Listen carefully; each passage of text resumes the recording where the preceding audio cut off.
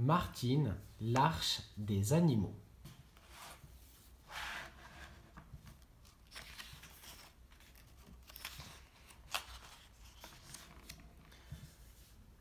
Martine, joyeuse et curieuse, Martine adore s'amuser avec ses amis et son petit chien Patapouf, avec qui elle vit de véritables aventures et découvre le monde.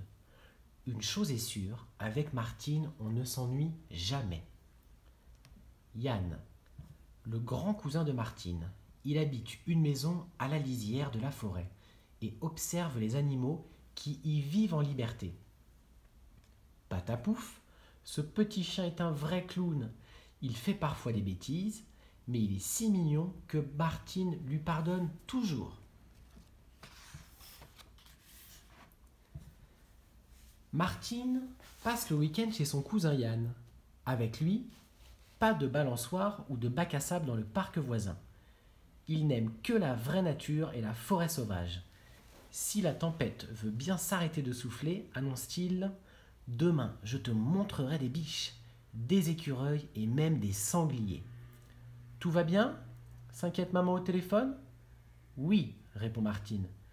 Il y a une grosse tempête, mais la météo annonce que ce sera terminé demain. La journée sera belle et on pourra se promener. Impossible de dormir avec ce vacarme, pense Martine tard dans la nuit. Dehors, le vent fait claquer les volets, la maison vibre comme si elle voulait se soulever. Yann, dit Martine tremblante. Mais rien à faire, son cousin dort à poing fermé. Si lui n'a pas peur, moi non plus, se dit la fillette. Je vais me blottir dans mon lit et rêver à tous les animaux que nous verrons demain.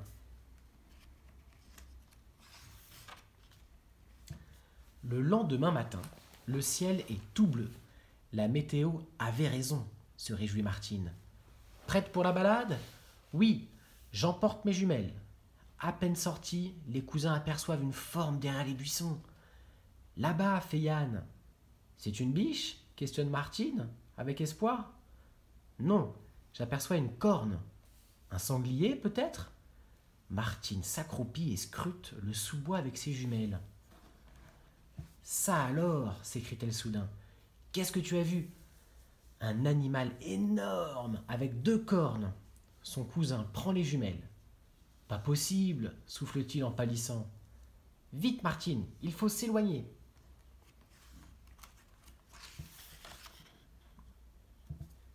Mais la fillette, intriguée, le retient. Attends, dit-il. Je veux le regarder encore. Oui, c'est bien un rhinocéros. Incroyable. Je me demande pourquoi il ne bouge pas, murmure Yann. Regarde ses pattes, il est enfoncé dans la boue. Mieux vaut quand même s'éloigner, suis-moi. Et les 2 cousins s'enfuient, encore stupéfaits de leur découverte.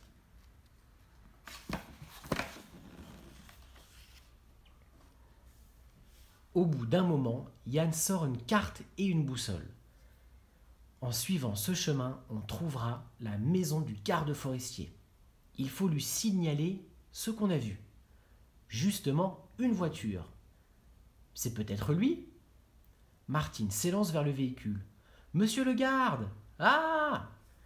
À la place du conducteur, Martine tombe nez à nez avec un gorille. Tu voulais me parler ? Demande une voix quelques mètres plus loin. Martine se retourne. Le garde forestier est dans ses bras, un énorme lion. La tornade de la nuit, derrière, a détruit le décor du plateau de tournage, explique l'homme. Depuis ce matin, je cours derrière les animaux. Un tournage ? Alors ces animaux sont des faux ? Questionne Martine. Bien sûr, ils ont été fabriqués pour le film L'Arche de Noé, qui se tourne ici. Vous n'en avez pas entendu parler ? Allez voir le pauvre accessoiriste là-bas, il vous en dira un peu plus. Martine et Yann se dirigent donc vers l'homme assis sur les marches d'un petit kiosque. La tête entre les mains, il semble désespéré. Quel désastre, répète-t-il sans cesse. Bonjour monsieur, dit Martine. Pouvons-nous vous aider ? M'aider ? La tempête a dispersé tous les animaux que j'avais loués pour ce film. On ne les retrouvera jamais à temps pour le tournage. Bien sûr que si, dit Martine. Mon cousin et moi, on va vous aider. Yann et Martine se lancent alors dans un drôle de safari. Il faut dénicher toutes sortes d'animaux parmi les arbres et les buissons. Et en seulement quelques heures. Là, sous la cascade, lance Martine. Un ours. Aide-moi à le sortir de l'eau. Les gros animaux sont faciles à trouver, mais les petits... Il faut regarder sous chaque feuille, soupire Yann. À nous deux, on n'y arrivera jamais. Le petit train, s'écrie Martine. Si tous les passagers nous aident, les recherches iront plus vite. Tout le monde accepte, sans attendre. Les enfants se mettent à fouiller les moindres recoins de la forêt. Cherchez bien, conseille Martine. Il manque des pélicans, des singes et des cochons.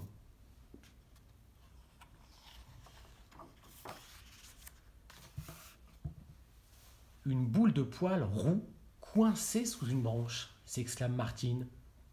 C'est un renard. Dégageons-le, décide Yann. Heureusement qu'il est faux, dit une petite fille venue les aider. Mais quand Martine le prend dans ses bras, elle s'étonne. Il est tout chaud et tellement tout doux. Hop! Le renard saute dans ses bras de Martine et s'enfuit à toutes pattes. C'est un vrai! Quand je pense que je l'ai tenu contre moi, Yann rit. Il nous reste à trouver un raton laveur et un fennec, dit-il en consultant la liste que lui a laissé l'accessoiriste. Voilà à quoi il ressemble, si tu n'en as jamais vu. Le voilà accroché au pont, s'écrie Yann, en montrant le raton laveur quelques mètres plus loin. Je me demande comment il a atterri là. Pourvu qu'il ne dégringole pas, sinon le courant l'emportera. Je n'ai pas le vertige, je vais essayer de l'attraper. En quelques minutes, Yann a accompli sa mission. Des enfants font signe aux deux cousins. Il y a quelque chose coincé dans ce filet. Ici, en haut du toboggan. Martine escalade le pont de corde. La pente est très raide, mais elle n'a pas peur. Le fennec se réjouit en découvrant l'animal à longues oreilles. Viens ici, mon petit. Il est temps de rejoindre tes copains. Pour descendre, pas besoin de faire demi-tour. Il suffit d'emprunter le grand toboggan. Attention, je prends mon élan, dit Martine. À la 1, à la 2, à la 3. Youhou!